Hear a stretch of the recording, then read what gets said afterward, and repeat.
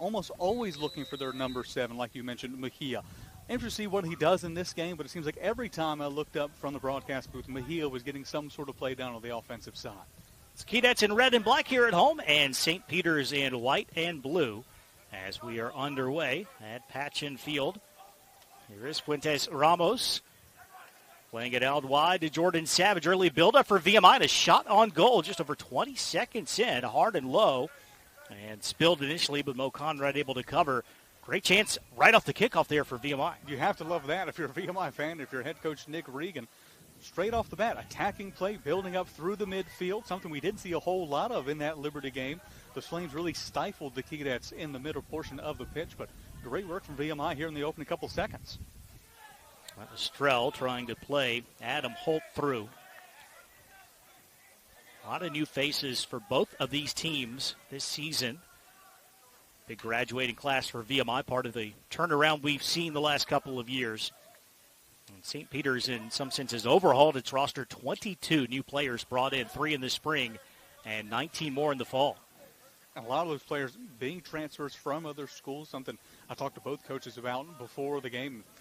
Obviously, a great well to have at your disposal if you're St. Peter's and head coach Julian Richens, to have that wealth of players to pull from. VMI, they'll have a couple of transfers. They're mainly relying on that freshman, that young blood talent. And so far, as you look up and down this VMI roster, it's littered with freshmen. They're getting the opportunities to play, and they've shown flashes of greatness so far this season.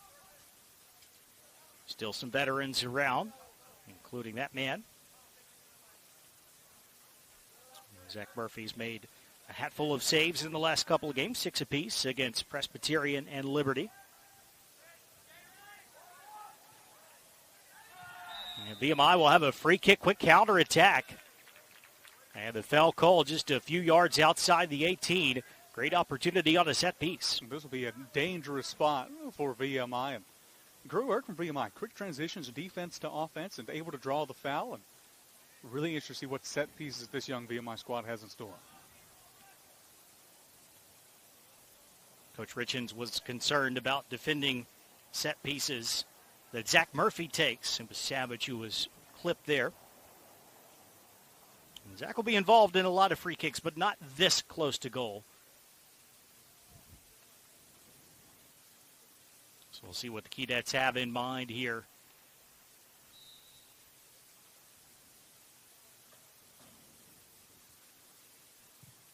It is a hard, low shot, but it is straight at the goalkeeper, and Conrad has to make his second save. Jordan Savage with the free kick there. Well, not the necessarily hardest of shots to stop if you're Conrad, but good job nonetheless to get a handle. 2 really good opening shots for VMI so far. Third start of the season for Conrad in goal, the sophomore from Berlin. One of those transfers. He started his career at the D2 level with Wingate down to North Carolina. He has a .933 save percentage in the 3 games he's played in. Second half against UMass Lowell. Made 4 stops without allowing a goal. Full 90 against UMBC. 1-0 loss. He made 4 saves, and then he was the starter again on Friday against GW and had 6 saves and keeping the clean sheet. And .922 as a save percentage is a phenomenal start to the season for Conrad. When he was asked earlier this year about his time with St. Peter's, and this is a quote from him. He said, "With St. Peter's, I can pursue my dream of playing soccer, but still get my degree. So I'm perfectly equipped for the future life. I like St. Peter's from the very first time I came on campus, and it felt like home straight away." So great news, or great words come from the transfer about his St. Peter's squad. He talked to Coach Richens. It's a risk, right, to overhaul the roster like that, bring in so many new players, but the culture seems to be really good in Jersey City. So a lot of great personalities and everything certainly coming together against George Washington on Friday. Maybe a sign of things to come. The Peacocks looking for their first real scoring chance. That's cleared away by Connor Reed out of the back, and then a big collision at midfield, and another free kick coming up for VMI. And that was Mejia who was undercut that time and appears to be in some discomfort. Well, that is not the player you want to see on the ground if you're VMI or any VMI fan. We mentioned Mejia and kind of the impact he's had in the early parts of this season. Glad to see him get back up and walk off there. Junior from Cortez, Honduras. Never like seeing that in the opening 5 or 6 minutes of a game. Just great to see him get up. So here is a free kick that Zach Murphy will take. Right on the half-field line just about. And that deep service. Conrad not able to win it cleanly, but his teammates help him out there. Cleared away by Somov. And maybe a chance to counter as it's opening up here for St. Peter's.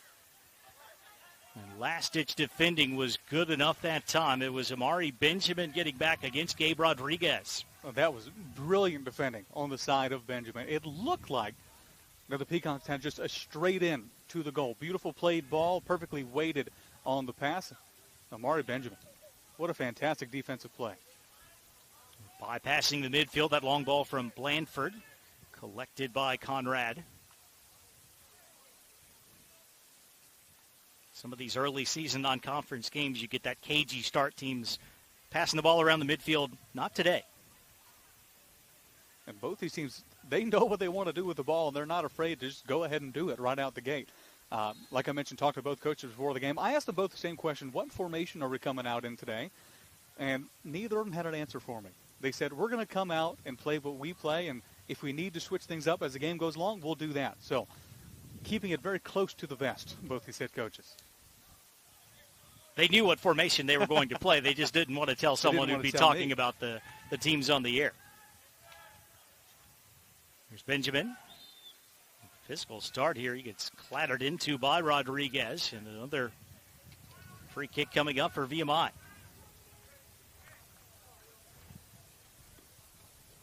Cadets have just the one D1 result thus far, but they've done some nice things in the other games. Really, matchup with Canisius, the season opener, was dead even except for the score. 3-0. Very unflattering to VMI, but shots were even. Cadets had more corner kicks in that game. Conrad bumped into by one of the VMI players on the Jesse Lee free kick. So this time it'll go back to the Peacocks. A dangerous ball from VMI, a little bit overstruck. You'd like to see those free kicks from midfield land right at the top of the 18-yard box with just a host of VMI Cadets around it. But something Conrad should definitely get a hold of next time, but foul call goes the other way. I mentioned some of VMI's games so far this year. I want to go back to their game against St. Joseph's, taking a look at it there. Conrad just got a little bit too much physicality on him, so it goes the other way. VMI's game against St. Joseph's, they were down 2-0 at halftime. Able to bring it back and tie it up against a program like St. Joseph's, which I believe, if my math was correct, had 17 different transfer students make their way to campus this past August. Just great work from that VMI squad to bring it back to that point. Obviously, weren't able to get the winner, but to fight down 2-0 at halftime, great signs. Yaron Mejia and Timothy Dovgalyuk with the goals, both generated by set pieces in the second half of that fight back. Did some nice things against Liberty. Really the only game that got away from VMI beyond just the final score. Presbyterian, that was one way in the Blue Hoses' favor down in South Carolina, 4-1 defeat. Another good-looking ball crossed in. VMI asking most of the questions early on. Micah O'Gara, the Milwaukee transfer, with the defense for St. Peter's. It'll be really important for VMI to get the transition defense down as the Peacocks not afraid to play fast. It's a good ball from Strell. Rodriguez for Adam Holt. Chance comes in. It's a pretty comfortable save. In the end from Murphy. Great build-up on the counter there from St. Peter's. It was a well-struck ball off the left foot of Connell McAirlin. It's right into the hands of Murphy.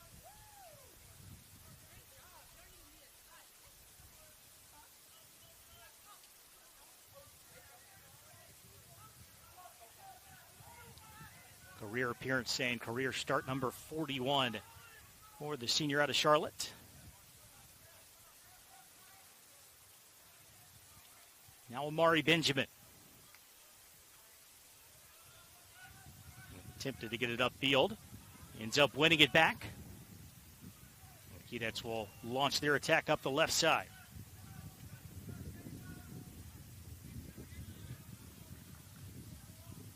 Got to throw in a little bit closer to midfield now.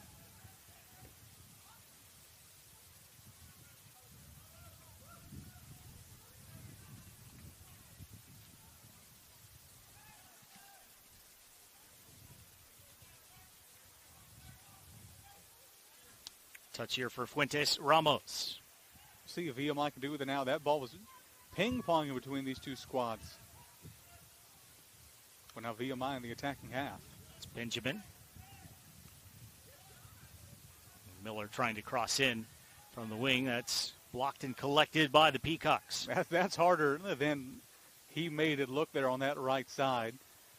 Odd height, able to head it down and corral it with the feet. Counterattack fizzles out for St. Peter's. I was about to say Peter's out, but that might be a little confusing. Well, Jeremy, just something I've noticed so far in this game is that everything that the head coach has told me before the game about how their team is going to come out and play has been true. I asked Nick Regan what things could happen for VMI where he could walk away and it'd say that was a well-played game. He emphasized playing from the back, starting on that back line. He said if we're going and just booting it down, poke and hope to try to get to our wingers, we're not doing something right. And so far, VMI doing just that, playing from that back four and then moving up very slowly as a unit up the field. It's a nice ball out of the back from Blandford. This is Fuentes Ramos. On for Savage. Maybe overhit the cross a bit. Miller might have a chance to recycle on the opposite side. And even though no one there in the box for that cross, I still like the play from VMI. Benjamin launching one back in, comes off the head of McCreary. Here's Strell. Looking for the switch, and it's a pretty good ball out wide to Macker Lane. He got tangled up with Miller. Now the Peacocks have a free kick in the attacking third. It'll be the first real opportunity we get to see what Zach Murphy, goalkeeper of VMI, has in his bag of tricks. His first real set piece he's had to deal with so far today. See a host of Peacocks standing right over top of the 18. You'd imagine they're just going to try to get this right on that 6-yard box on this near post to us, to far post to them. It is Holt on the ball. That's exactly where the service goes. Sliced up by Reed. And Murphy, what a save that is on the chance for McCreary. Goalkeeper coming up big early for VMI. Well, fantastic save for Zach Murphy.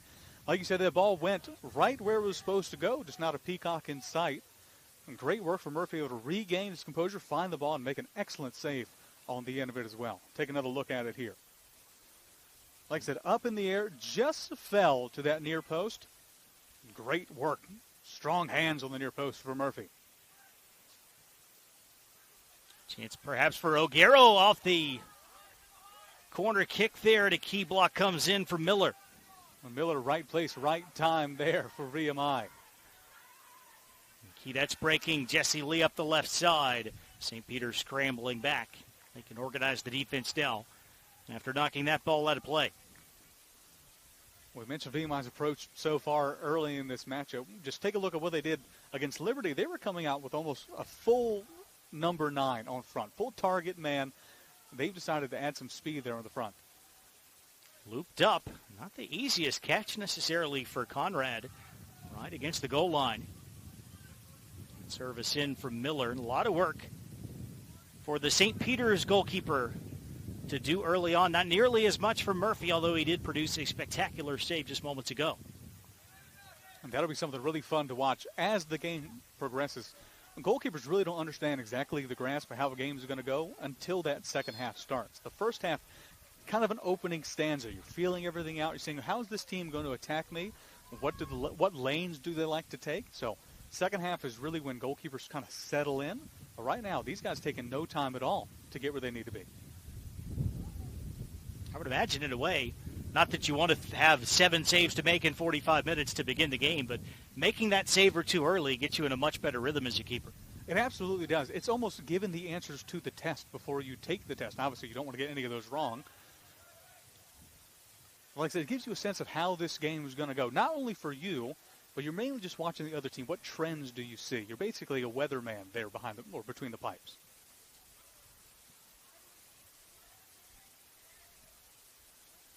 Not a lot of distance on the last free kick for Murphy. That was Darrell Etienne who cleared it away for the Peacocks. St. Peter's has looked threatening on the break early on. That's sent long by Holt. Miller deals with the initial ball in. Kudos right now to this VMI back four. Fuentes Ramos picking up with Savage. Now Blanford. It's a central defender getting up the wing and crossing that one in. Well, that's something Blanford has shown not only this year, but his several years on post. He's wearing that captain's armband for a reason. He's not afraid to carry the ball. If you give him space, green grass in front of him, he's going to fill that space and try to make something happen on the offensive side. One of the matchups just leading into this game, as I was reading, Blanford versus Streel. Streel for the Peacocks, Blanford at that back position for VMI. I'm going to be interested to watch that dynamic.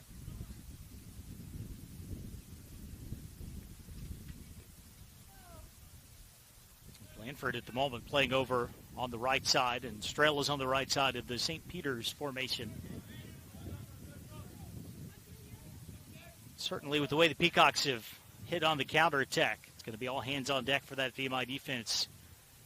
Getting back.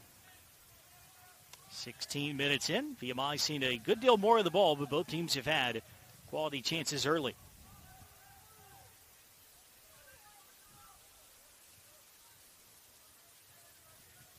Connor Reed testing the waters. Had Strel for company there. Back to Jack Yo, the freshman who's played really well as one of the starting center backs. Jack Yo, one of those players where you don't see him in frame when you're going along, then all of a sudden he comes out of nowhere and almost makes a perfect defensive play. It's great instincts to see from a young man. Got a couple of goals to his credit as well, coming up out of the back, scoring twice in that win over Warren Wilson.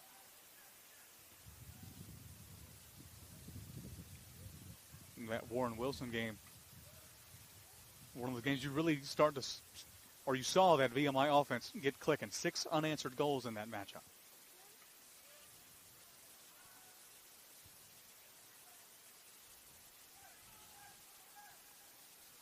A little bit of possession for St. Peter's, but a good read by Blanford ends it.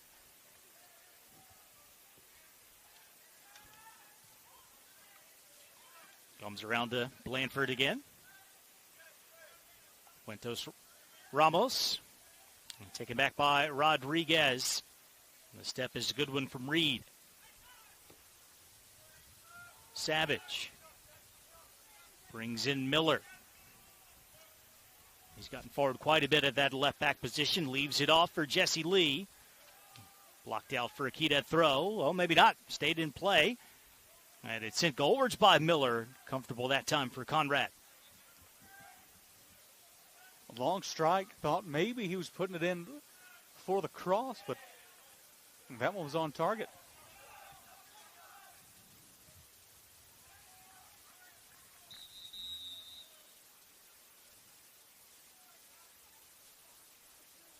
Referee stopping player and giving somebody a talking to. I believe he was talking to Adam Holt, graduate forward from London, England. He said, any more talking, it's going to be a card. Threatening a yellow there on Holt. And if he were to flash a card, that'd be, I believe, the Peacocks' 12th yellow card of the year so far in the young season. Holt's been in the starting lineup for every game so far. Second season with the St. Peter's program.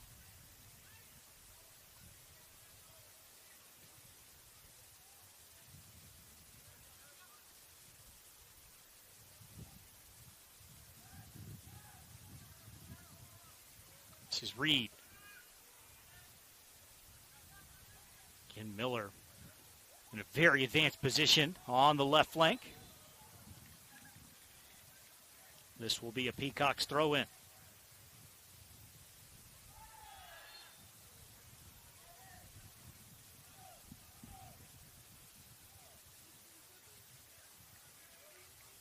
Free kick now for St. Peter's near midfield. Was waiting to see whether they would call that a throw-in or a kick, but a center official not liking the physicality coming off Connor Reed on that last one. Etienne did not do much at all with the set piece, sent it right to Fuentes Ramos. Blanford. Now Yo will steer it back to Murphy.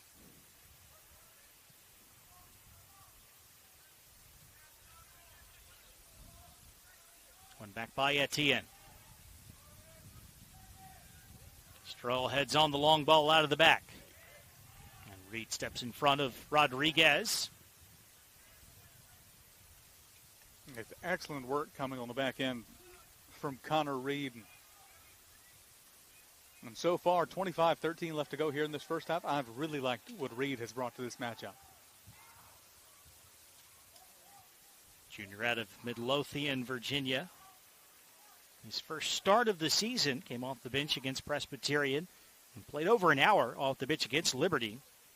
When he was a regular on defense for VMI last year, started 13 matches in the back.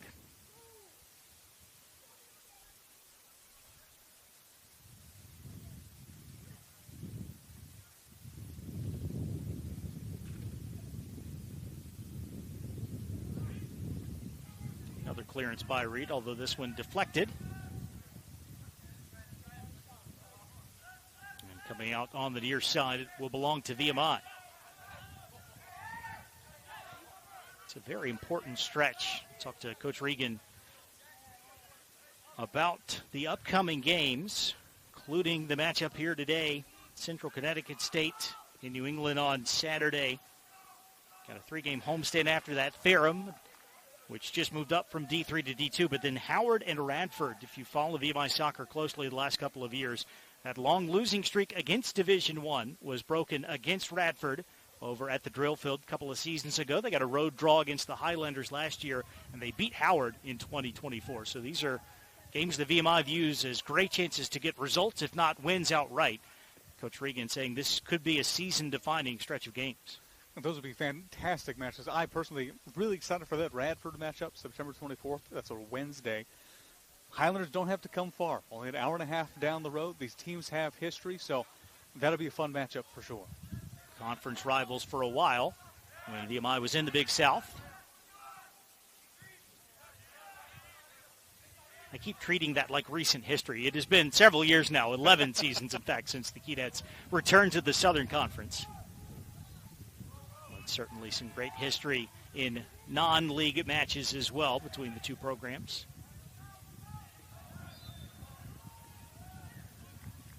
Physicality not letting up here in the first half as St. Peter's will have a free kick on their half of the field. And definitely the line has been set for how aggressive you can get. Some would say the line's a little bit close, but the officials have been consistent, so teams can appreciate that. Something tells me, though, that card is going to come out sooner rather than later. Well, I would never give betting advice, and no one would ask me to do so, but I'd agree with that sentiment. This referee so far has done a good job to keep control of the game. That's a nice touch by Rodriguez. Almost a chance for Strell. Keeps the play going, and Murphy elevates to make another save against Macker Lane. That's just fantastic all around. What a relay there from Rodriguez, looking for his man in the middle, and strong hands from Murphy. Macker Lane's had the two best chances, or two of the best chances. There was also that good look off the corner for Shane McCreary, calling Zach Murphy into action. Take another look at it here. It was just a brilliant layoff. Then you have the open man on that far side. Murphy, that's harder than you anticipate. Having to move and to bring it down with confidence. Love that from Murphy. And now VMI, the really good opportunity on the other side. Mejia able to draw that foul. Very similar to what we saw on the foul call against Connor Reed, but in a more opposing, dangerous part of the pitch. Jack Miller on the ball for VMI. Initial header and the follow-up both from St. Peter's defenders, but the Keydets will have their first corner kick of the afternoon. First corner kick, always really fun to see what teams decide to do with their first matchup down here. Looks like Andres Fuentes Ramos will stand over top of it. He's the short option. That's Jesse Lee. Who's going to take this? 17 and 14 over there, but 17 takes the kick. It's a good ball. It's headed down by Yo. Didn't get a lot of pace on it. But concern for St. Peter's, the center back who's already scored off of set pieces this year, got a free header about 12 yards away. Well, Jack Yo is going to look back on that one and want that one back for sure. Just didn't get the contact on it that he would have wanted. Adam Holt at the other end. Rodriguez has been active. Driven by McCreary. Eastrell settles just out of the reach of Somov. Peacocks retrieve. Etienne. Taking off the ball combination there of Savage and Benjamin, but throw-in coming up for St. Peter's with 20 minutes left in what has been an entertaining first half here in Lexington. Well, St. Peter's in no rush to get goal side. They'll play fast from midfield, that big ball over the top, but when they get close to the 18-yard box, they're almost always relaying it back. Murphy will pounce on that. Not sure Somov intended that as a shot. Maybe was trying to tap that on for Strell.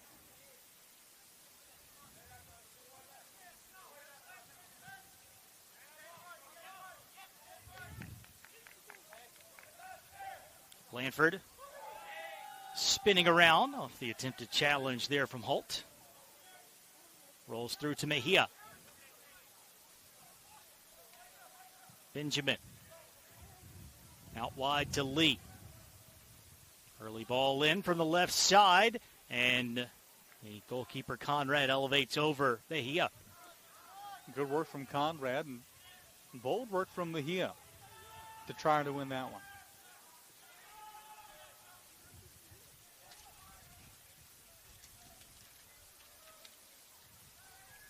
Seen the Peacocks hang on to the ball a bit more than in the early stages of this game, getting more comfortable in possession. Now they do go direct out of the back.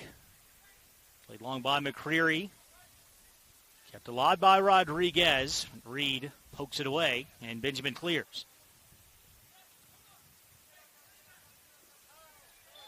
Yet another bit of physical play there as Mejia is upended. The referee has asked for a clock stoppage here, and indeed, we do see the yellow card produced. Not the first hard challenge from Adam Holt in this match. And I hate to speculate, but here, take a look at it here. Well, never mind. Pretty tough challenge coming there from Holt. Already down on the ground, put his studs up, and some excellent work from Mejia to be involved in the play, too. But Adam Holt already got his warning, and now he picks up his yellow. He'll have to keep a careful eye for the rest of the game. It's not surprising the number of whistles that we've had in the first half against both teams. Eventually that card was going to come out. Driven up again by Murphy out of everybody's reach inside the 18. And eventually shielded out by McCreary for the goal kick.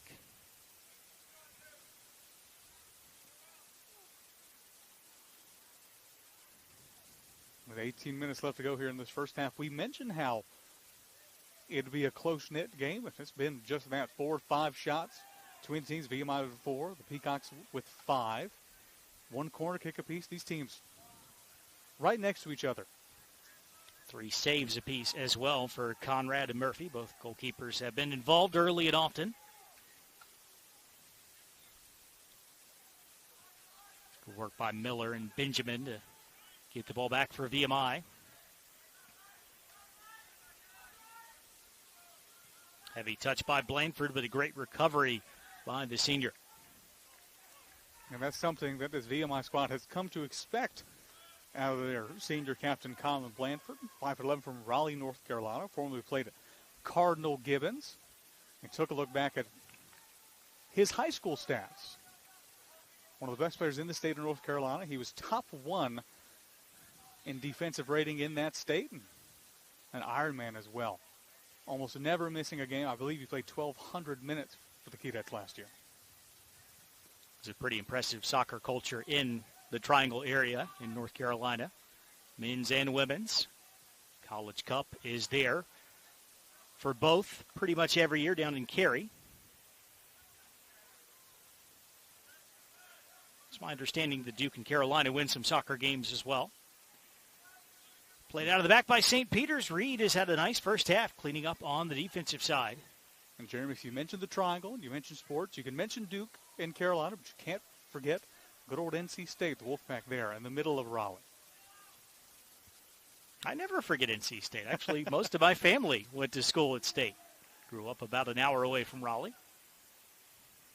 Now, I've been to all 3 beautiful campuses down there. They don't quite have the soccer pedigree of the other programs in the Triangle, though. Keyword is yet. Keyword is yet. Letting my allegiances show a little bit here in this game. It's McCreary. Long ball. Dealt with by Yo.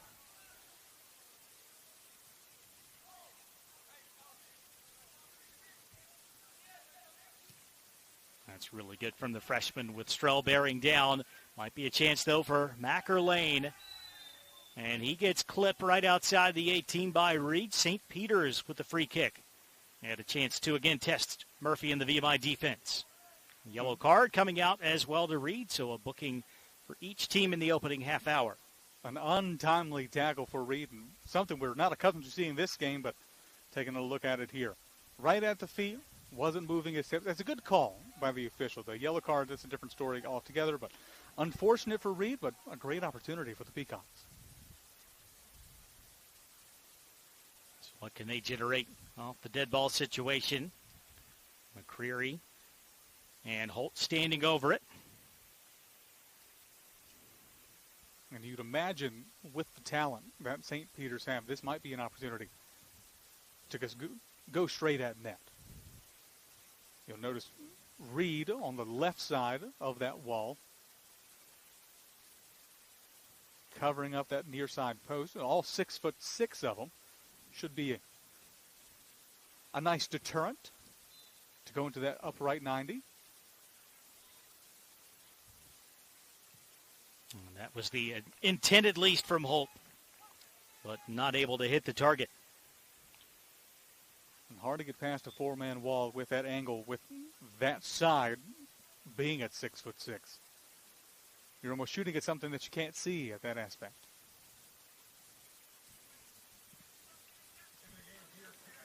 Another look at it there. Right over top, had good bend on it, just too high.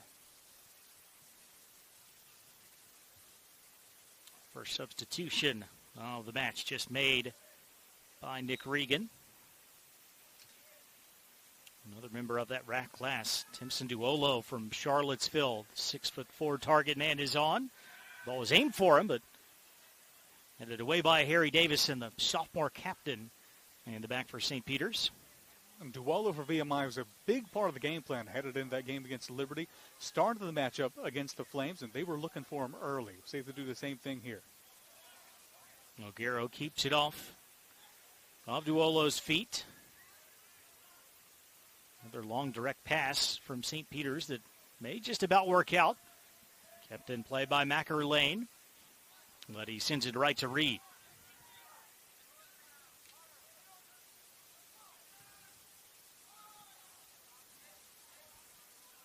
14 minutes left here. First half, both teams looking for their second win of the season. Keydets looking for their first against a Division I opponent.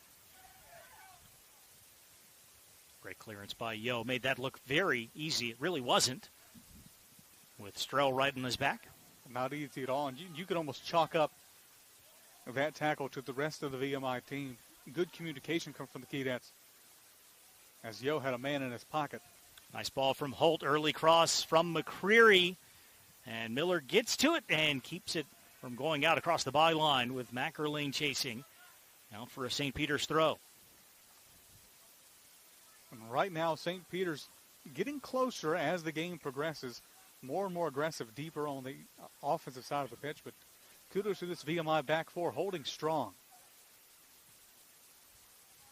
It's another good ball from Holt. Benjamin slowing down Rodriguez initially, but it is Gabe Rodriguez who delivers, and St. Peter's finds the breakthrough 13 minutes before halftime.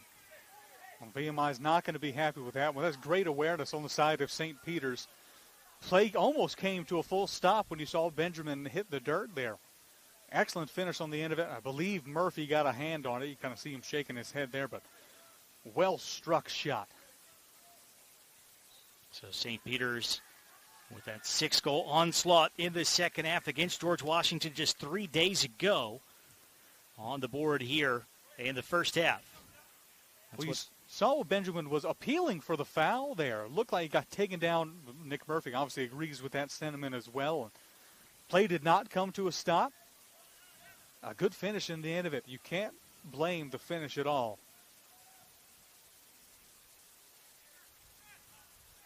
That is the first career goal for Rodriguez, the sophomore from River Edge, New Jersey, making his 4th appearance of the season. The Keydets displeased, thinking that Rodriguez should have been whistled for the foul. Wasn't given. And a nice strike from number 21 in white today. And it looks like the goal scorer will come out. Earn a goal, get yourself a breather. First changes of the game for the Peacocks. Leo Koval and Davis Barnes are in, two freshmen, part of that big class of new players. There's another look at the supposed no call if you're a VMI fan and the good goal if you're a fan of St. Peter's. So definitely some contact there, but when none is given and the whistle's not blown, I mean, you're taught from a very early age, play through the whistle in all sports. So work to do here for VMI.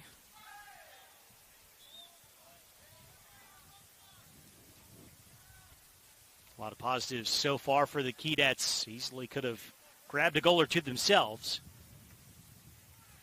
Got a long way to go in this one here in the 33rd minute. St. Peter's now with a free kick closer to midfield. Player you just saw there, Jordan Savage, has been at the thick of things for a lot of the VMI attack.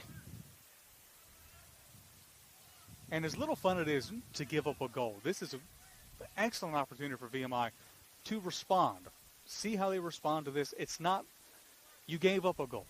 Was it the strongest goal you've ever given up in your entire life? Probably not. But nevertheless, 11, 12 minutes left to go here in this first half and an entire second half to go. The rest of the game could very much depend on how you respond here in just the next couple of moments. Strell heading down the long lob. It's collected by Benjamin. Keydets looking to hit quickly. Duolo got his head to it.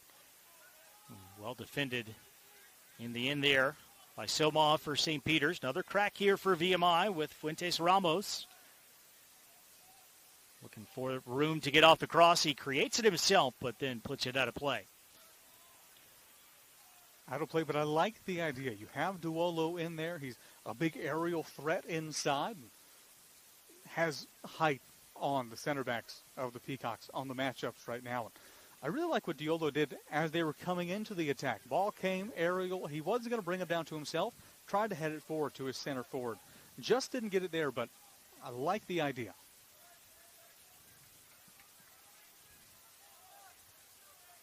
Inside the final 11 minutes of the first half here.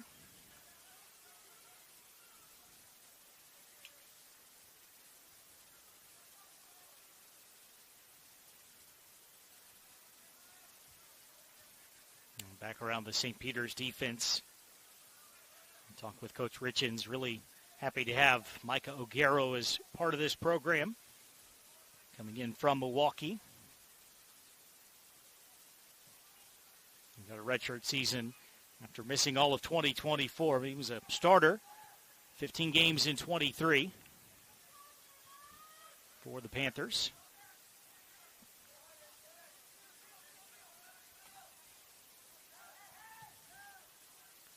Served long by Yo, one of the VMI center backs. And safety first for Davison against Duola, but that's kept in by Etienne.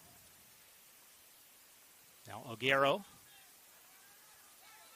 to McCreary. Long by Aguero. One back by Blanford. And while I don't hate the pass up from Micah Aguero, would love to see them swing it back. You've already taken the time to get to this side of the pitch. You can choose where the pass is getting there. Just take a little bit more time swinging it right back around. No need to try to push vertical any earlier than you need to. Really did seem like St. Peter's, the success they had that led to the goal was more possession-based, right? Just hanging on to the ball, stringing more passes together. There's always been something to say about slow build-up. You try to go too fast, you're really only attacking with 4, maybe 5 if you're really lucky players on that end. With slow build-up from the back, you have a chance to get all 10 of your guys on that side of the pitch. Okay, that's frustrated again. Miller won the ball there, but his follow-through caught the St. Peter's player. That's Macker Lane. So the Peacocks will have another free kick, not too far away from the 18-yard box. Take another look at it here. And, yep, got back of the leg before he was able to get a chance to get the ball. Good call.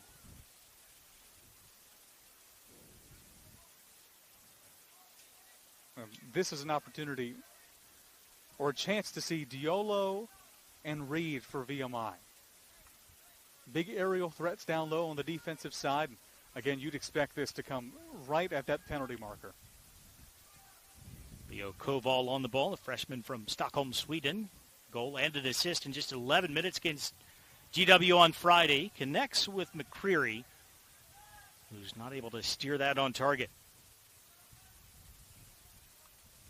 Let him see a little bit more height on that kick inside. A little bit more opportunity on the 50-50.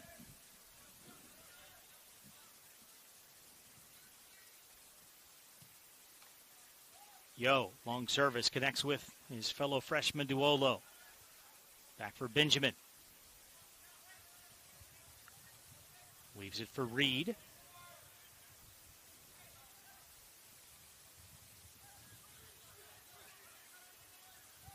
Lanford into space, but too far out in front of Savage. It just seems like the Keydets have lost a little bit of the sting in their attack the last few minutes. Well, they've been trying different things. They've gone away from the tactics they started the game with. We saw at the beginning of the game, it was a lot of, we'll play the wing, play back inside, then try to get a ball back to the outside on a long run. They've more gone straight through the center, trying to build that spine all the way up through the formation. It's just not paying too much dividends for them right now. I'd love to see them go back to playing the wings more, a little outside, inside, and the quick back outside. You've got speed on both your wings. You want to use that to the best of your ability. Strell tracking back to win the ball in the midfield. Aguero serves one long. That'll bring Murphy off his line out in front of Macker Lane.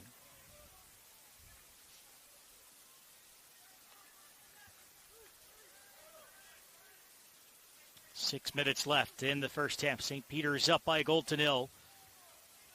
Gabe Rodriguez, first of his career.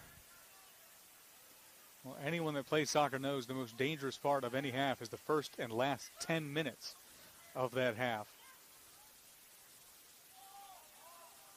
This is Savage. Now Miller. Across too close to Conrad. Another claim for the St. Peter's keeper.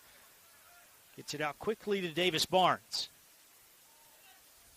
Again, not a bad attacking idea coming from VMI. I love the idea of testing the hands really good of the Peacock goalkeeper. Yeah, really good stuff from Barnes to shrug off a couple of challenges. Even had the advantage call. One of those was a foul.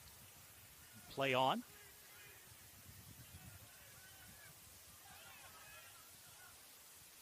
Another chance for Barnes to go to work. layoff for McCreary. Space for Barnes to get off the cross. He angles in a good one.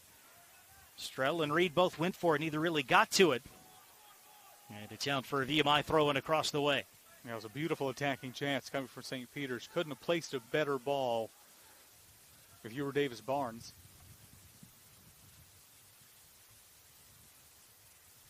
I think Coach Richens knows what he's got there, the freshman from Mount Vernon, New York. Do these pregame chats always have the specific players you want to talk about, whether it's Tim Strell or Harry Davison as a sophomore captain. Interesting to know we haven't seen one of the other veterans for this St. Peter's team, Lex Vaughn, who had started the first 4 games of the season. But I asked that open-ended question, who else are we going to watch out for? And one of the names that came to the forefront for St. Peter's was Davis Barnes. He's only been in the game maybe 5-10 minutes. He's already made an impact.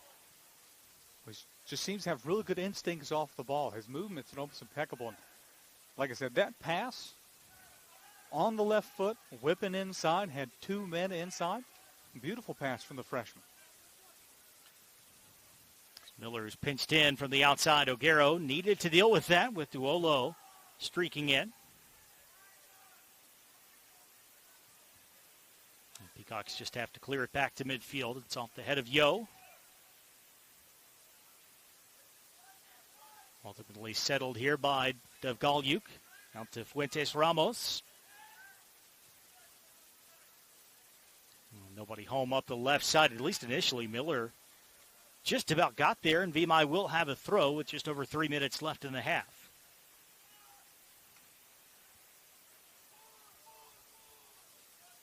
And with 3 minutes left, prime time to try something different maybe you've been practicing throughout the year.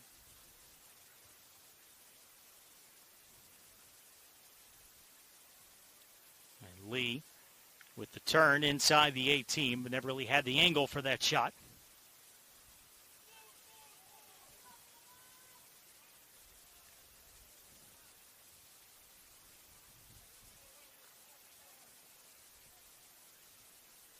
Beautiful backdrop here. The patch and field tucked right into one corner of the VMI post, just below the Woods Creek Trail. You have a really good throwing arm. You can hit the Washington and Lee campus with a stone from here. I don't, but it's not far away. Not far away. You'll notice the distinct change between campuses. You have the VMI, I'll call it the lovely beige of the buildings, VMI with that, and then WNL with their brick buildings over on that side. Gives a fun dynamic to Lexington. 2 colleges, 2 competitive colleges right next to each other.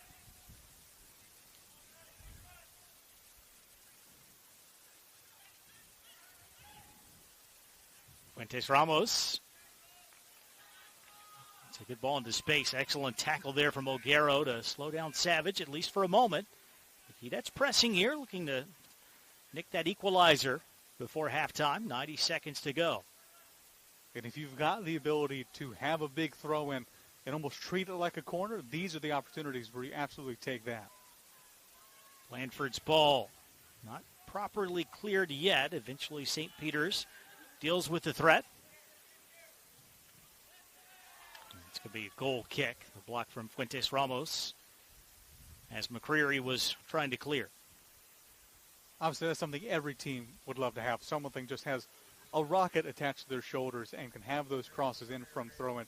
I remember back in my time at old Southampton Academy many, many years ago, we had a midfielder named Colin Swenson who had that ability, and it was like having free corner kicks the entire game.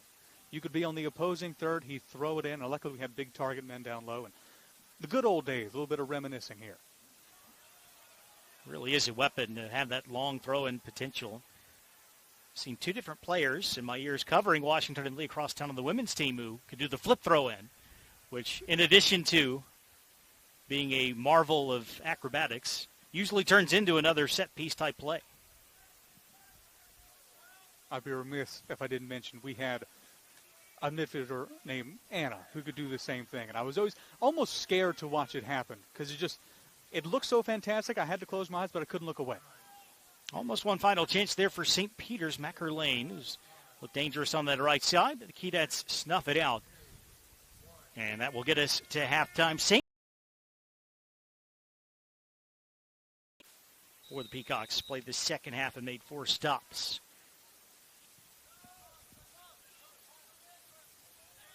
So we are back underway. And Keydets wearing the red and black at home. St. Peter's in white and navy. And Keydets are coming out with the same front pairing that they had to start the game. So maybe they're trying to get back that traditional VMI play we saw in the beginning part of the first half. Some big early chances testing the St. Peter's goalie today. That's Moritz Conrad. Early opportunity, perhaps, for St. Peter's. It's Curtis Dunn winding up as the shot block. Keeps it alive, though. Reed with a big step up for VMI. And I've said it once, I'll say it again. Connor Reed for VMI. If you just take out the yellow card, now that one infraction, he's had a nearly flawless game so far today for VMI. It's collected by Davison. Don't often see that sophomore captain mantle. Asked Coach Richens about that, and he had a lot of praise for Harry, Malden, England native. Mentioned that he had joined the team the spring before his fall season, so it's his second full year of college, but he's been with the program. He's an older sophomore, as Coach Richens described it. But with so many new faces in the program, even some of the veterans, so to speak, on this roster are transfers and are relatively new to Peacock soccer. Davison's been a big steadying influence. And while they may be relatively new to campus, they might not be strangers at all to head coach Julian Richens. Again, this his 15th season so far with the program. I asked him before the game, what's kept him at St. Peter's so long? And all he could say was it just felt like home, and he didn't see himself working or playing or helping young men anywhere else. In fact, he coaches some of the youth soccer programs around the area, which is where he sees a lot of these players come from. They'll come in through the youth ranks with Coach Richens, and now they have an opportunity to be coached by their youth head coach, but in NCAA Division I soccer.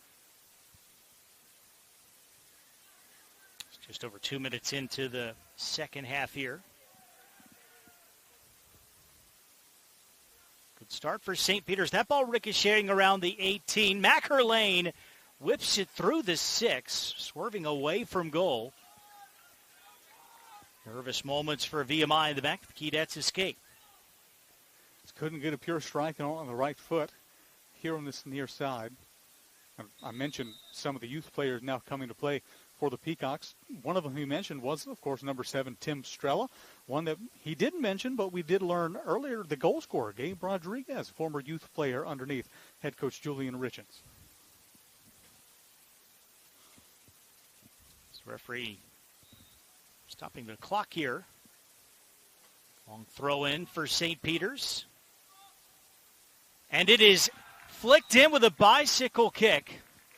And that is Tim Strell producing a bit of magic, although the referee is going over to have a chat with his assistant here just to confirm. In the meantime, the Peacocks celebrate what they think is a second goal. No matter what the outcome will be, what an absolutely magical strike coming from the number 7, the true number 7, Tim Strella. Take another look at it here. Up in the air. No need to head it when you've got feet that can go that high. Right past Zach Murphy. So Strell, who had that 4-goal second half against George Washington, we think has added to his career haul. It would be number 13 for him. As it stands, 2 of the officials, the referee and the assistant on this side of the pitch, are still having a conversation. The only thing I could imagine they might be talking about is if the offsides flag would have popped. Can't imagine what else they might be talking about, but they are sure having a thorough discussion there on that far side.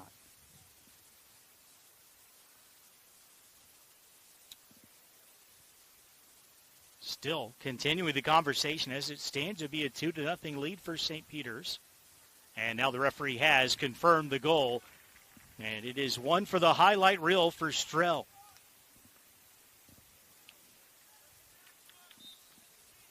So the Peacocks double their advantage inside the first 3 minutes of the second half. This is going to be worth more than just one additional look. The overhead for the senior from Fort Lee, New Jersey.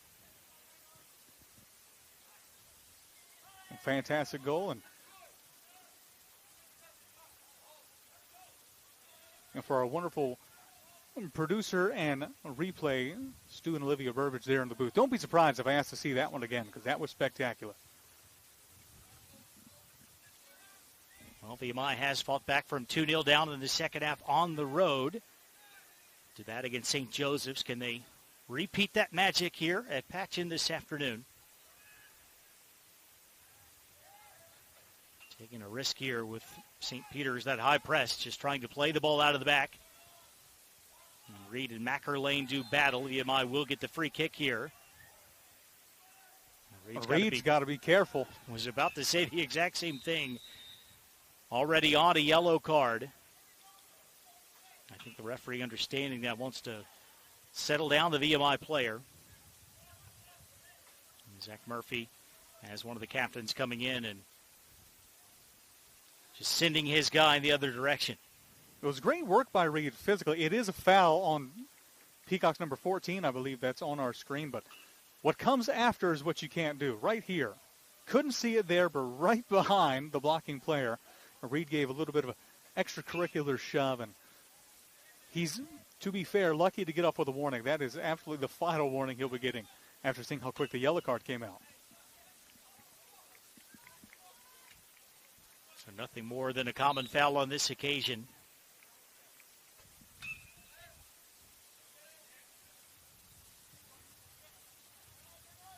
It's controlled at midfield by Somov. Well read by Blanford. That's something, obviously, you hate to say when watching these young men, that someone deserves more of a call than they got, but a good call in the end of it, and I appreciate giving a little bit extra time. Well, now it's Mejia hauled down just outside the 18, and a free kick for VMI.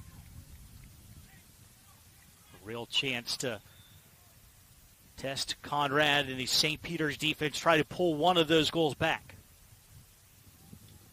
In a dangerous spot. Definitely not an angle to go for goal here unless you have a lefty, which I believe VMI's Andres Fuentes Ramos is. It'd be a tough angle to make that shot. But you'd imagine they'd let a righty take this and treat it like a set cross.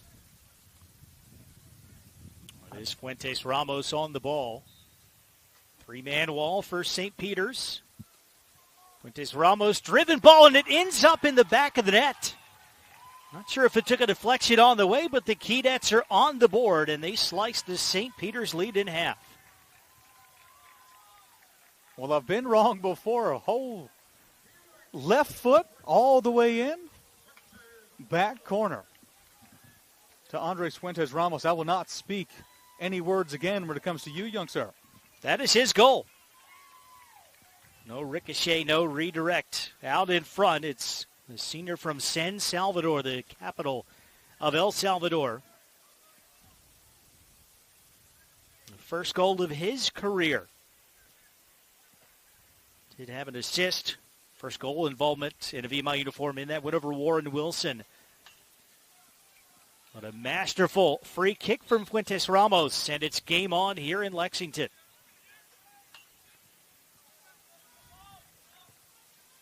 Could not have scripted a better response if you're Nick Regan after going 2-0 down.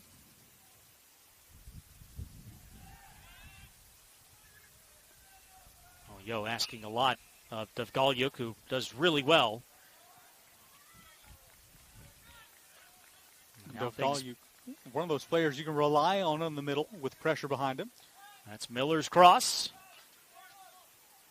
Headed away by one of the St. Peter's defenders. And now Murphy playing the high line. Distributes it to Blanford.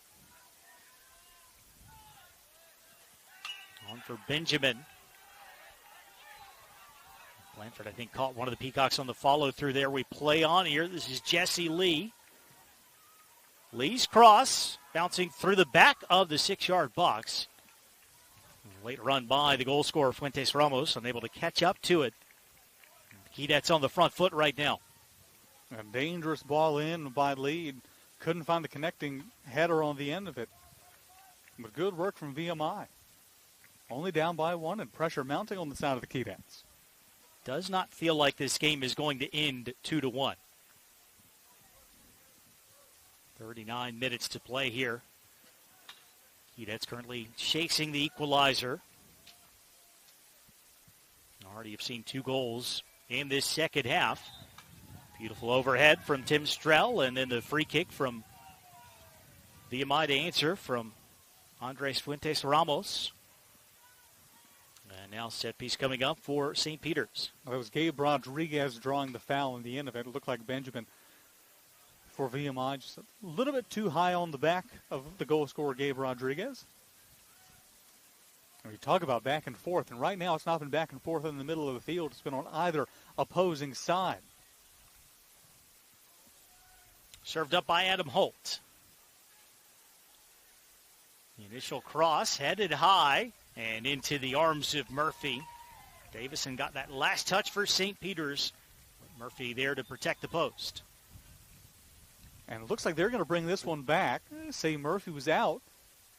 They're pointing down at the corner flag, at the corner marker. That's in disbelief. Get another peek at the action here. It falls into the hands of Murphy there. And the AR deciding that the ball was across the plane of goal, just outside the post. It's the second corner kick of the match for St. Peter's.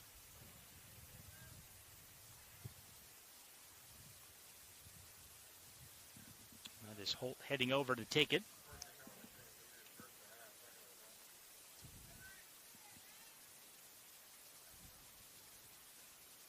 It's a good service. It's headed off the crossbar by O'Garo, who has the follow-up chance that he's inside. The Peacocks inches away from a third goal. Well, a sigh of relief being breathed by the VMI benches. An untimely corner kick turned into a well-struck and placed ball. And got the header on it. Post came in clutch for the VMI key. That keeps it within 1, but dangerous stuff from the Peacocks.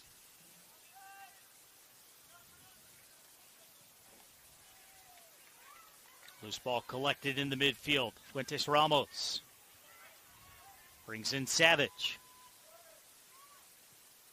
Savage, that angled cross just over the head of Mejia, who's claiming a touch from St. Peter's, asking for a corner, but a goal kick has been given.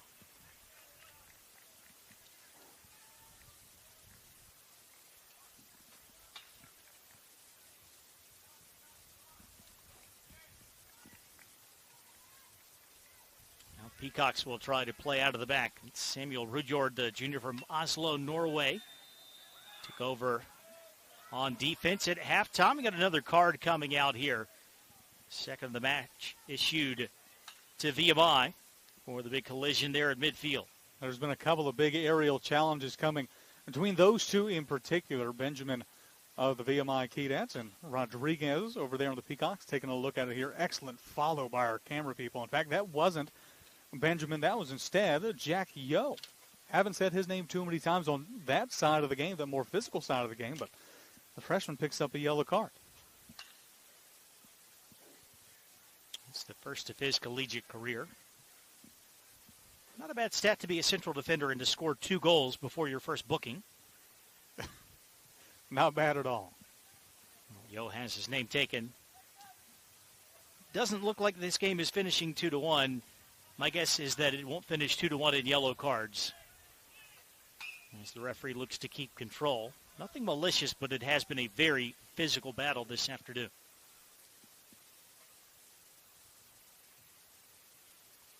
Peacocks have been at their best when they've been able to possess the ball a bit more. That's O'Garo.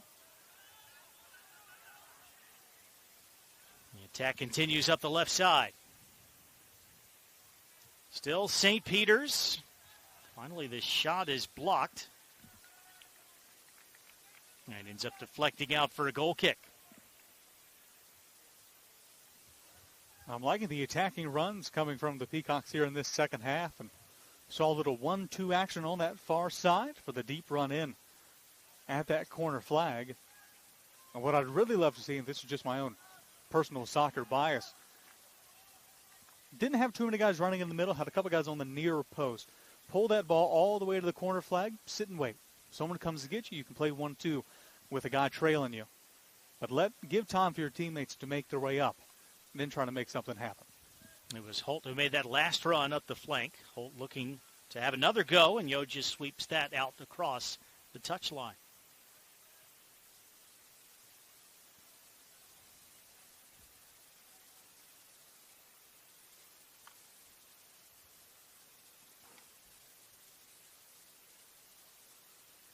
Looking for a long throw in here from the left side. It is the Norwegian Rudjord who will take this. And Murphy picks it out of the crowd.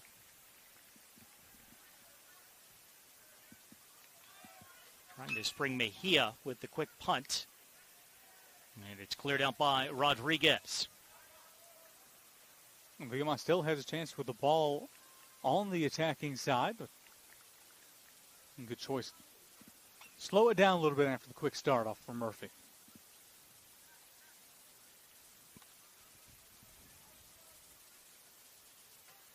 In for Mejia.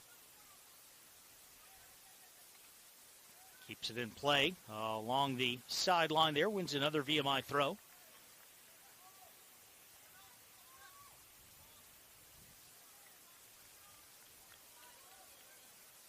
And VMI looks like they're bringing men forward just to crowd the box. That they do. By Blanford, O'Garo dealt with it. Still Kedet ball on the touchline. Now Mejia will have a shot. I wouldn't mind seeing a ball back to Blanford, trying to get it on this side to Miller. Said it's the long throw in off the head of Rudjord. And ultimately cleared there by O'Garo.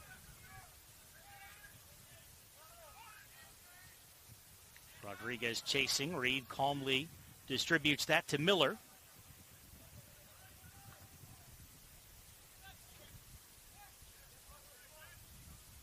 Miller sticking with it for a moment.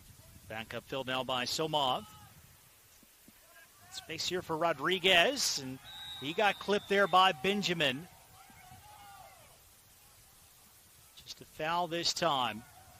And the referee, I think, showing a number to Benjamin, maybe the accumulation of fouls has him on the verge of a potential yellow. Well, that was that matchup I mentioned last time. Rodriguez and Benjamin.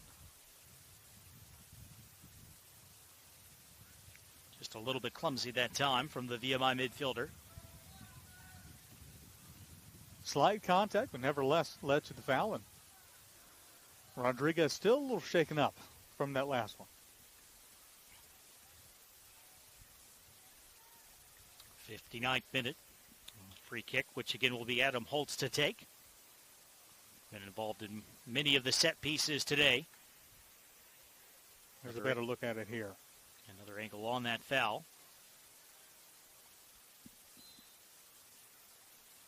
Free kick and nothing more. Good service in again by Holt. VMI defense does well on the set piece. Mackerlane, he goes down. The whistle blows again. And this time the free kick will come much closer to the goal. And another yellow card's been shown. And this time to Jesse Lee.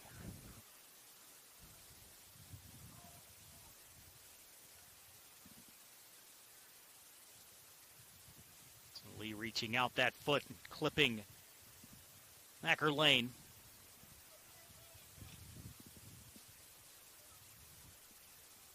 So 3 total yellow cards, 2 in the second half against the Keydets. Just over 31 minutes to go. It's interesting to see just how much that plays a factor later in this game, all the yellow cards between both these squads. 31:07 left to go here in the second half. And plenty of time for more physical ball like we've seen already. Another service from Holt. Wall does its job there, but St. Peter's will have a corner kick.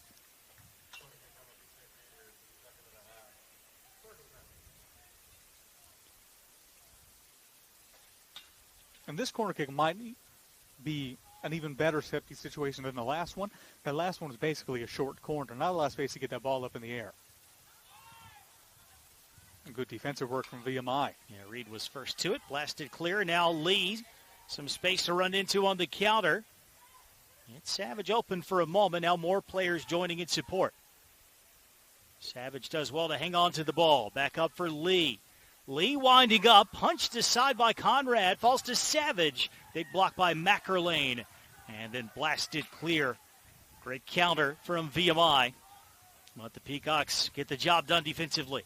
That was good vision from both the squads. Good on the side of VMI to find that open man, and great job on the side of the Peacocks. 50-50 right on the top of the six, able to clear that away. Back in by Miller off the head of Rujord.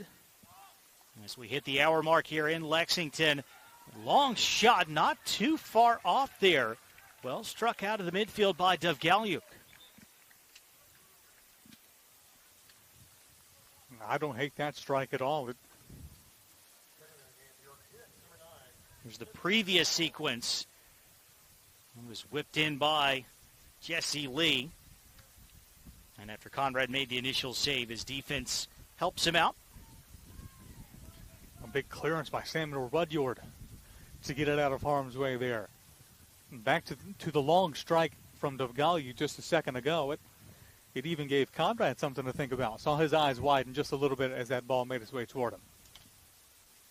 Almost deja vu there for Dovgalyuk, whose second career goal was the second goal in the equalizer against St. Joseph's. VMI came from 2-0 down against the Hawks.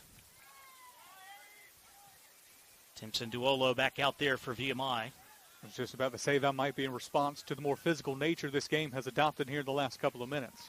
Really nice goalkeeping there from Murphy. Probably not an official save on that ball swerving in from Mackerlane, but a play he needed to make as Rodriguez and Holt and Strell were all about to follow up, trying to latch onto that cross. Sent up by Savage. Should be Conrad's to claim it. It is.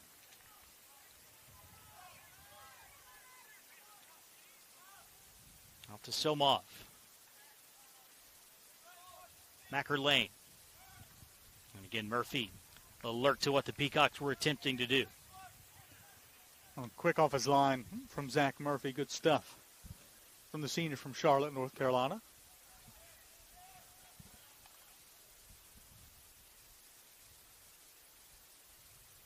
Well, VMI found success in the early opening parts of the first half, and here of the second as well with that slow build-up from the back. And just as I say that, they booted up forward. It was slow until it wasn't, but it might work out here. It's Mejia. He had Faithful screaming for a whistle that time. Mejia not really protesting as St. Peter's clears it away. Throw in coming up in the attacking third. Now this is the man you want in there if you want to do the big crossing throws with Diolo in there. They aimed for him there, just off the mark. Alguero's had a nice game. Central defense. Maybe another crack here for VMI with Fuentes Ramos. St. Peter's emerging with the ball. Physical but fair by Dovgalyuk. And that follow-up challenge, not a good one, and a free kick coming up for the visitors. Well, it was hard-fought play on the far side of the field, just a little bit too much coming on that last one. Good move to get by his man from the Peacock midfielder.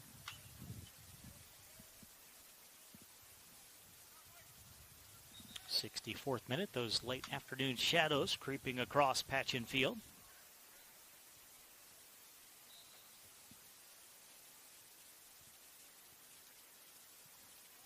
It's going to be nice and cool over on the benches by the time we're done here.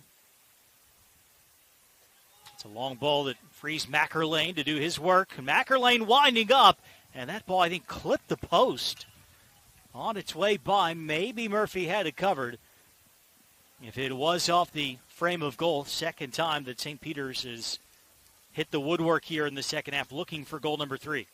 Well, dangerous strike, no doubt. Taking a look at it here. Brilliant move to get it on the left foot. And that was destined to be wide and right off of the woodwork. Murphy was able to cover his post, but dangerous strike coming from the Peacocks. Remember that corner right after VMI had gotten on the board when Oguero headed it off the crossbar. And now Macker Lane denied by the post.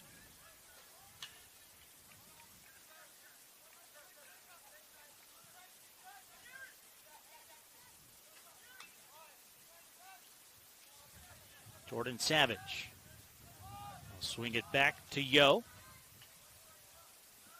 Over to Blanford. Deflects to Mejia, who sprays it forward looking for Duolo. Good clearance by Davison. And now the offside flag is up on Adam Holt.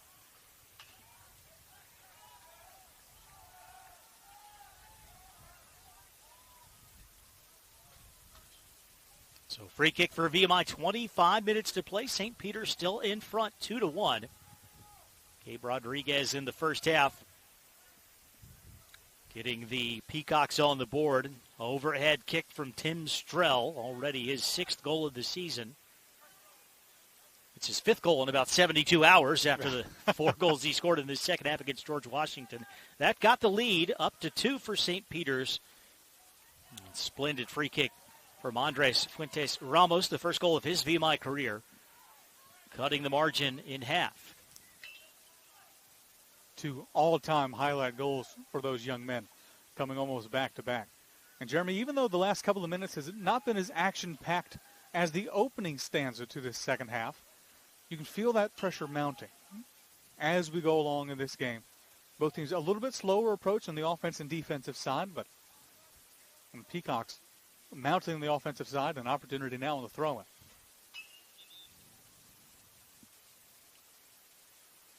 Making a substitution first.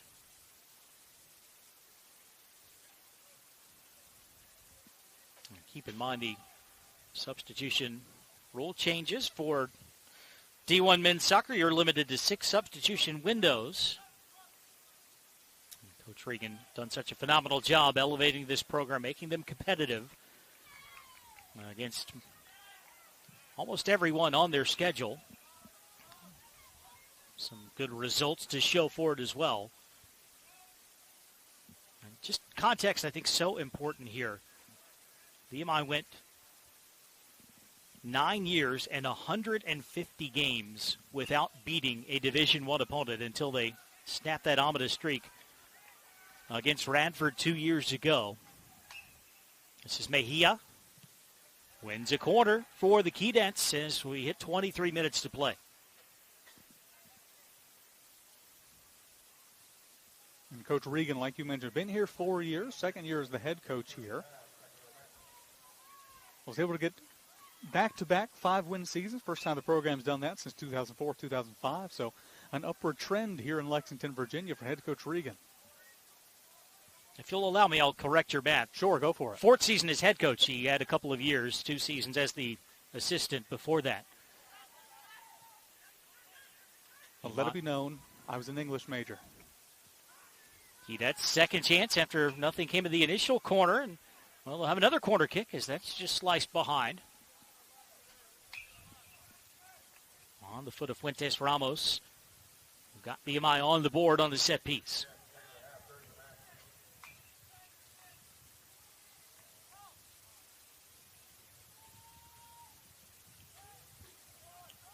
Ball bending a little bit deeper. It's one of the goal scorers for St. Peter's, Rodriguez, who did the initial work and ends up clearing that out. Throw in now on the near side for Savage and the Keydets. In fact, it'll be Mejia who comes across to put this back in play.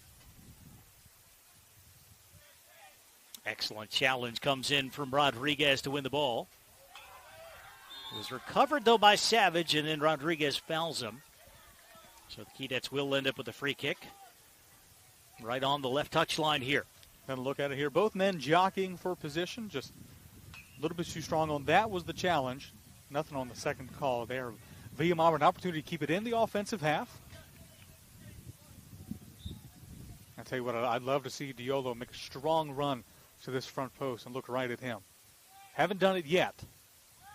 In deep by Miller. Yo caught up to it. That's we're claiming a deflection, but it is a goal kick for St. Peter's.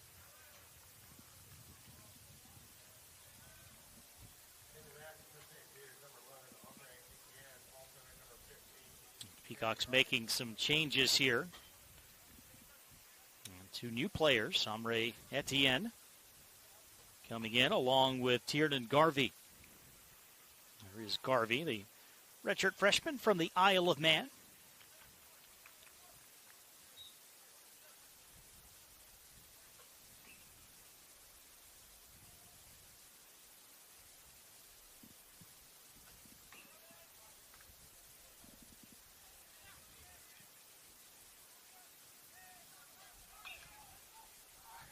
Settled in the midfield by Fuentes Ramos. Trying to leave it on for Miller. Cleared out by Etienne.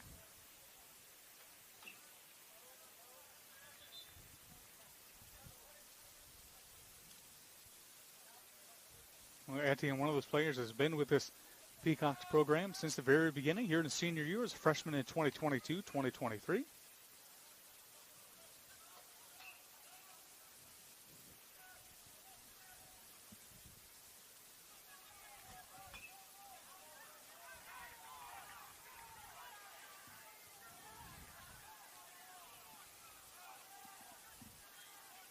Outcry on the far side.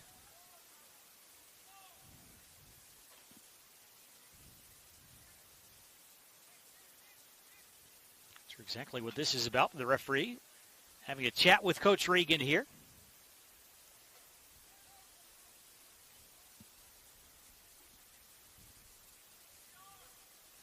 It's just a St. Peter's throw-in with 19:23 to go. Peacocks hanging on to that 2-1 lead. Looking for back-to-back victories after an 0-3 start. You talked to Coach Richens, and frustrated by the first 2 games, thought that maybe they deserved better. The 2-1 loss to UMass Lowell, 1-0 to UMBC. Did a lot of things right in those games, did not get a result. And then had an early red card against Fairleigh Dickinson that put them behind the 8 ball, ended up losing their home opener 4-1. Broke out with that incredible second half against GW. 6 goals in about 21 minutes of game time. Have the lead here on the road. Have another free kick on the VMI half. Too strong of a tackle coming in from Amari Benjamin. Take another look at it here. Well, that could have been fouled or called there, but the call will come on the second effort from Benjamin.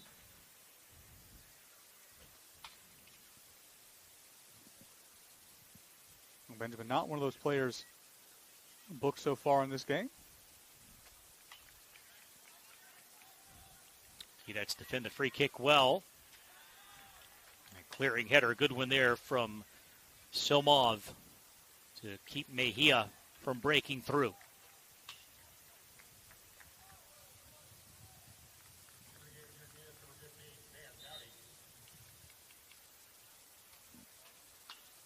Another change for VMI, another member of the freshman class, Sam Dowdy, coming on. Reinforcement on the attacking side. And a couple of assists in the game against Warren Wilson. And actually was in the starting lineup for the last match against Liberty.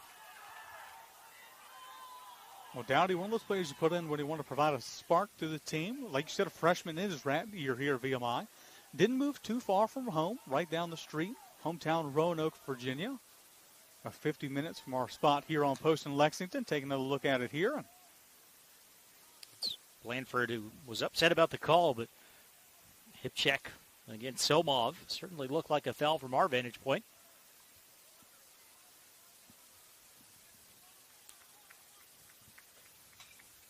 And Blandford making the case he got ball before he went pocket to pocket.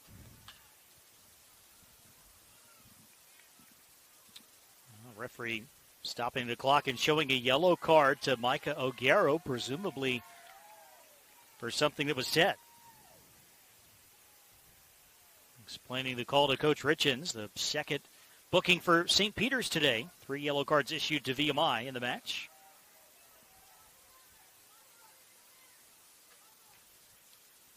That's something this officiating crew has been very clear with throughout the day so far today. They won't tolerate talking and any more extracurriculars. They're not big fans of that either. And head coach Richards might have to be careful here with how many words he decides to exchange with the man in yellow in front of him. So yellow card shown to O'Garo. Really has played a nice game, though. Some key work on the defensive end. Easily could have grabbed the goal. Heading one off the crossbar, off of St. Peter's corner.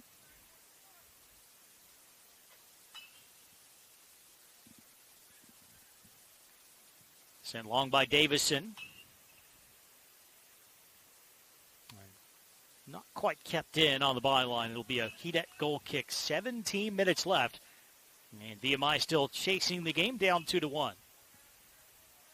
We'll see what VMI does on this next chance out. But something I noticed in the first half, I noticed it even more here in the second half. When they change their forward group, VMI almost changes his entire philosophy on how to move the ball up. We saw in the beginning, it's slow build up from the back, go through the midfield, own the midfield, and find those running attackers as they may come. And when they put Diolo in, and I'm not putting it all on Diolo, it just happens to be how the team plays around his specific set of skills, it's less of working through the middle and more of let's try to find Diolo first, play him as that target man. It hasn't paid dividends so far today. Would love to see them mix the two things up. You can have Diolo in there as a target, just more of an offensive target man and less of a passing one, which is what they contended to be so far. So Garrow pushing way up out of the back here. Ended up trying to cross one in from the byline there. Ends up in the outside of the cage. Now Savage sprinting forward for VMI. Dowdy on the wing. Aims one for Duolo. Pinballs around and ultimately is claimed by Conrad. Duolo got a piece of it. So too did the central defender, Samuel Rudyard. And that's more of kind of what I mean. I'm using him as an offensive target man. Don't use him as a passing big man. Let him go down there, top of the 6-yard box, throw crosses in at him, and we'll just see what happens. It's a pretty decent ball in from Dowdy. But still, St. Peter's hanging on to the lead, just over a quarter of an hour to play.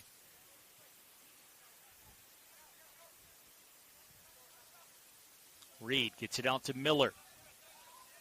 Skips around Etienne. Now Miller aims one up for the big man, just over the head of Duolo. Dowdy and O'Garo battle. But it's a St. Peter's goal kick.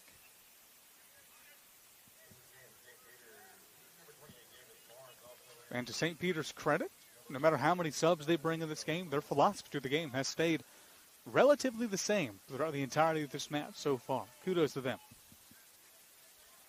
The other wrinkle with college soccer substitutions, you see the clock stopped as we are just inside the final 15 minutes, and now it will freeze any time that the team with the lead makes a change, or if the game is tied. It used to be the final 5 minutes, and that's been extended.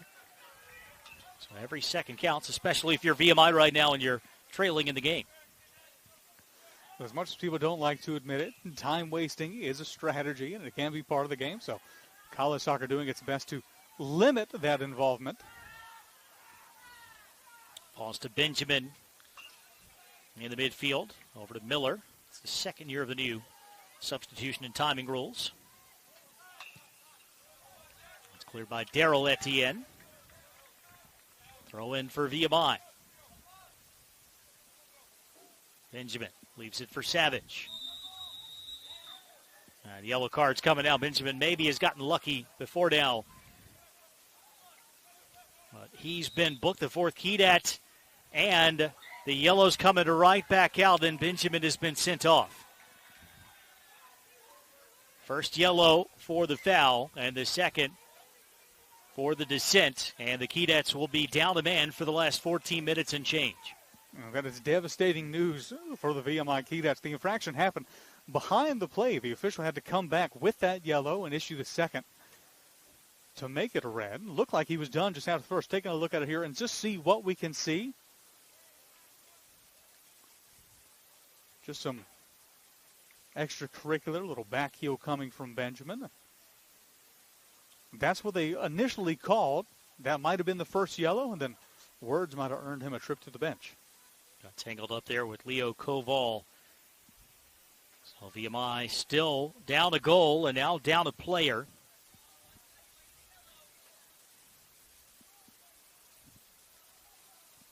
See how the Keydets adjust. Already trying to commit more numbers forward in search of that equalizer, and that becomes a bit more difficult when you're playing 10 against 11.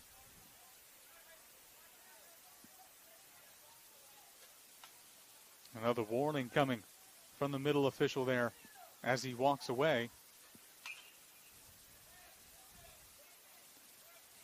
And now a whole brand new game plan will need to be employed by VMI, down a man. Referee making his way over. Looks like toward the scores table this time. Maybe just to confirm what the call was, and now he's having another word with Nick Regan.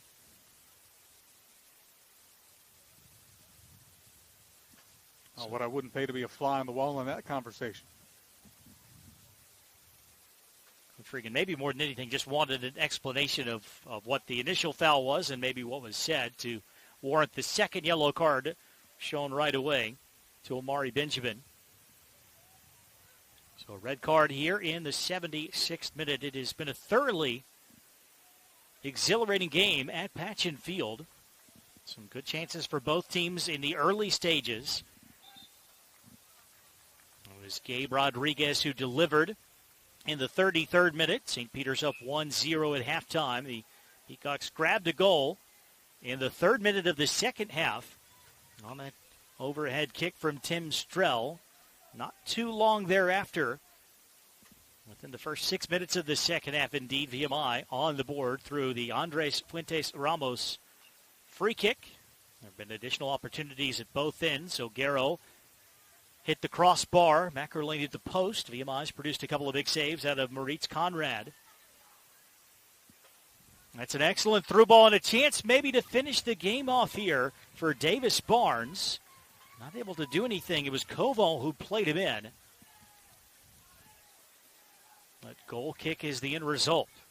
A dangerous play coming on the side of the Peacocks. Now, something I will say, this is good news for the VMI fans listening. Talking to head coach Nick Regan, I said one word to describe this year's team. He used explosive. He says this team, once in a while, every couple minutes here in this game, they will find a moment, execute that moment. And luckily for them, only down one, down a man. It only takes one moment to be back in this game. Is that moment coming here perhaps? Mejia wins a corner. So a set piece for the Keydets. Just over 13 minutes from time. This is Savage who will take it. It's the great part about team sports. We say about it takes a team to win a game, and it does. It only takes one man to be open and one man to miss his cue for one goal to go in the back of the net. Savage's corner cleared away at the near post. That was Strell with some defensive work for the Peacocks. That could have gone anywhere. Savage winding up. Big deflection. It's off one of his teammates as the referee points for another goal kick.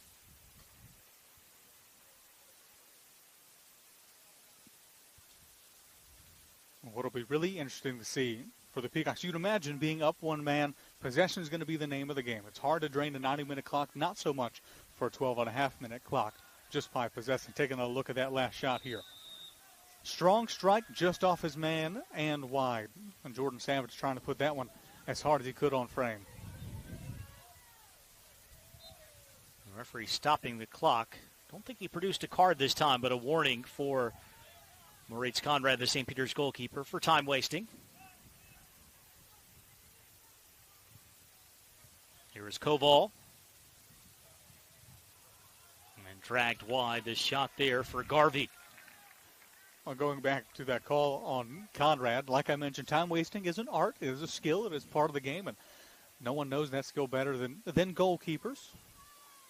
It used to be where you just have a full 6 seconds to be able to hold the ball, and that 6 seconds could turn into 9, 10 if you played your cards right. Confirmation that it was just a warning for Conrad. But the next time the referee probably is not going to be quite as lenient. Ball ricocheted out hard off one of the young fans in attendance here. Getting some attention with 11:33 to go.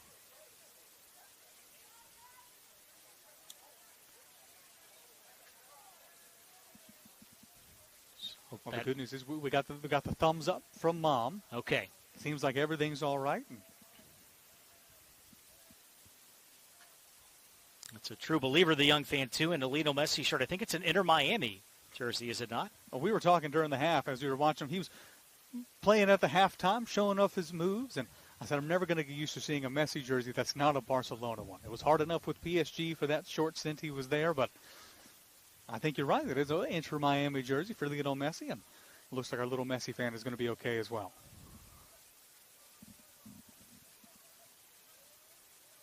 Ball just came out into touch at a very high velocity there.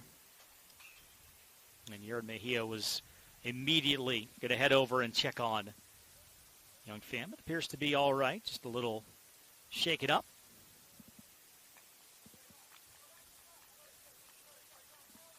So 11:33 to go. St. Peter's up 2-1. Trying to stay unbeaten in 4 matches all time against VMI, although 2 of the first 3 finished even, including that scoreless draw in Jersey City last year. So we'll get back to action here with a Yaron Mejia throw. In for Miller. Angle was cut off nicely there by Daryl Etienne. Oh, miscue on the cross attempt coming there for VMI. Again, sometimes you just need to know where you are and where the rest of your team is. Bring that one down, hold it, and see what players can come to your aid. And an errant play there by Conrad, and an opportunity for VMI on the throw-in. Keep the pressure coming. Lob long by Yo. Almost looks like VMI's in a 3-3-3 right now. Down a man, but still trying to be aggressive in search of that tying goal. Good stab by Yo as Koval almost played another through ball for Barnes.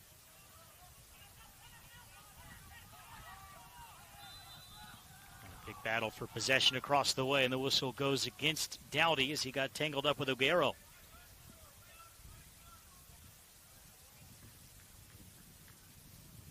Notice that physical play has not stopped, but since the red card, it's been a little less fiery since that incident. It was about 4 minutes of game time ago. Back-to-back yellows to Amari Benjamin. That's out off of Somov. Under 10 minutes to play. Throwing for VMI on the Keydets half.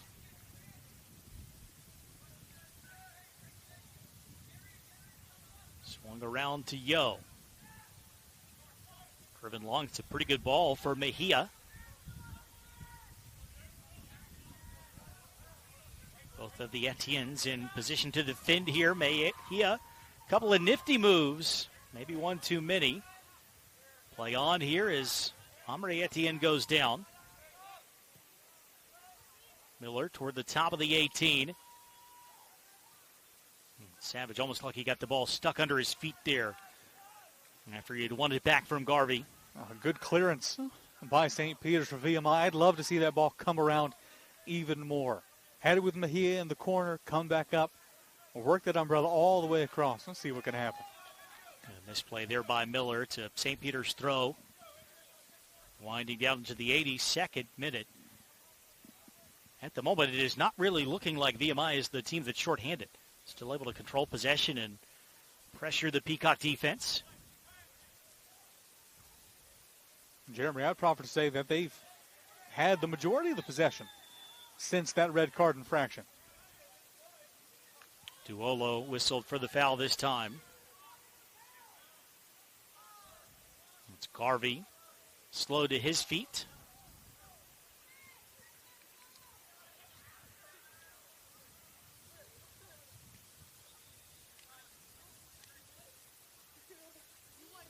Take another look at it there.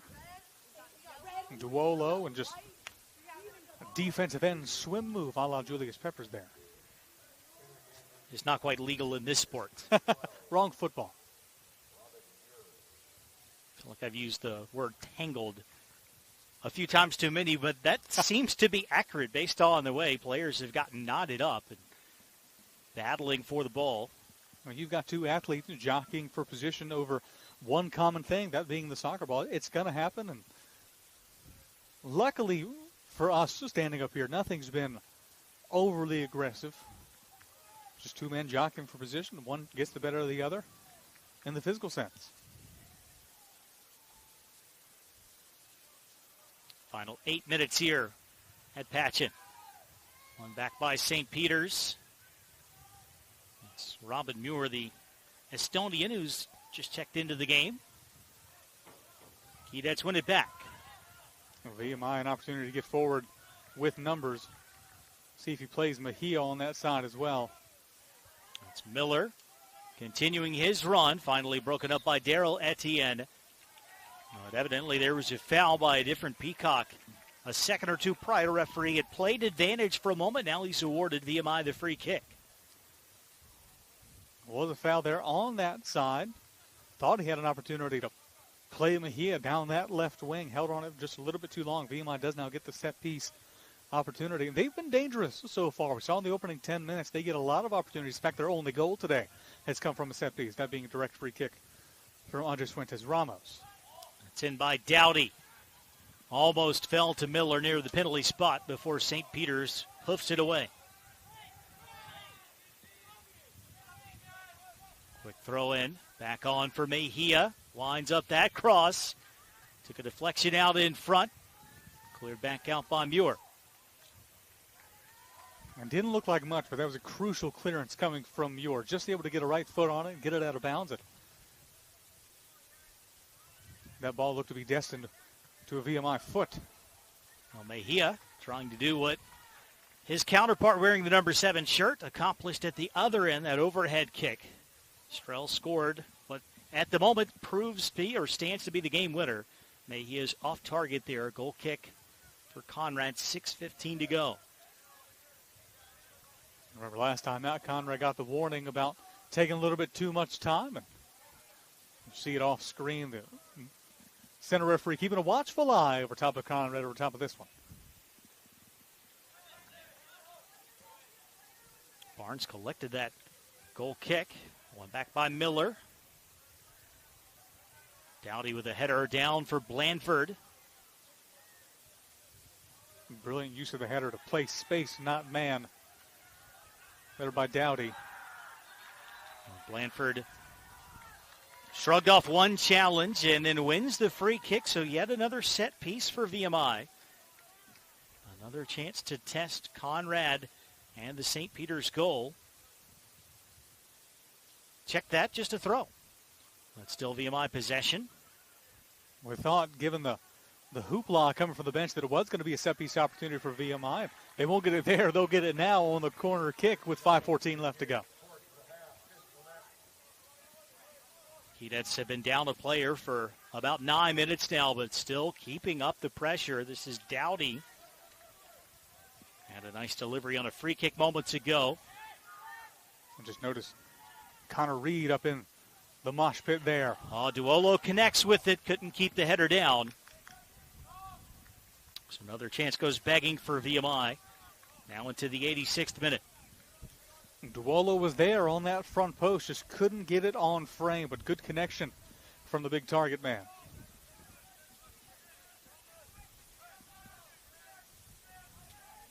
And Duolo, again, we mentioned it before, some of the younger players. Taking a look at it here. The big freshman from Charlottesville comes screaming into that front post. Just couldn't get the right angle on it. Well, they've been looking for that play for the last couple of minutes, so it is there for Duolo and VMI. Sent long by Davison, off the head of Yo. Settled in the midfield by Somov. Back for Daryl Etienne. It's a challenge from Miller to win it back. This is Mejia. On for Savage. Tackle is a good one from Tiernan Garvey.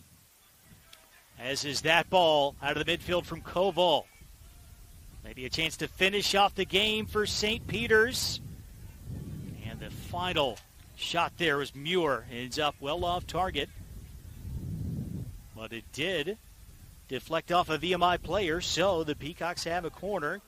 And also eat away a few more seconds off the game clock, approaching the final 3 minutes. Came right off the tip of the boot of a VMI defender and went wide. That's the first real attacking opportunity we've seen come for the Peacocks in the last couple of minutes. It was Reed who got his foot out to block the attempt from Muir. And this is Leo Koval taking the corner. Koval's ball headed up and over by Barnes. Almost surprised. I understand the third goal would salt the game away, but maybe we're not quite late enough for St. Peter's to just try to hold on to the ball off a corner kick like that. You just never know. 2:45, not a whole lot of time. You'd imagine something like that would have came, but maybe it was an or a situation where head coach Julian Richens is like, we just need one more. One more ices this game, in their opinion. And with 2:30 left to go in this game, a goal for the Peacocks would be devastating for VMI. Might also factor in that they have an extra player right now, VMI playing with 10 men. This is Barnes. Well done by Yo. Although he could not keep the ball in play, so St. Peter's does have another corner. Well, here's the opportunity where you're walking to the corner kick. You're not jogging to the corner kick. You have a player come short and say, no, I don't want that today. I'm going to boot this long.